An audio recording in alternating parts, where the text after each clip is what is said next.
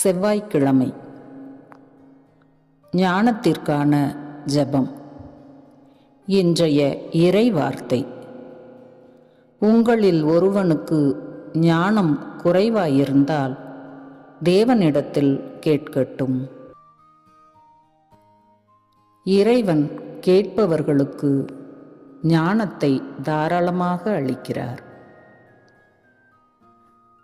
அன்பின் ஆண்டவரே, இன்று எங்கள் எண்ணங்களையும் செயல்களையும் உமக்கே அர்ப்பணிக்கிறோம்.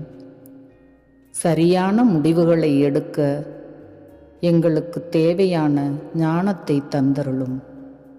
அன்பு, பொறுமை, இரக்கம் நிறைந்த இதயத்தை எங்களுக்கு தாரும். எங்கள் முயற்சிகள் அனைத்திலும் வெற்றியை அருளும். ஆமென். தந்தை, மகன், தூய ஆவியாரின் பெயராலே ஆமென்.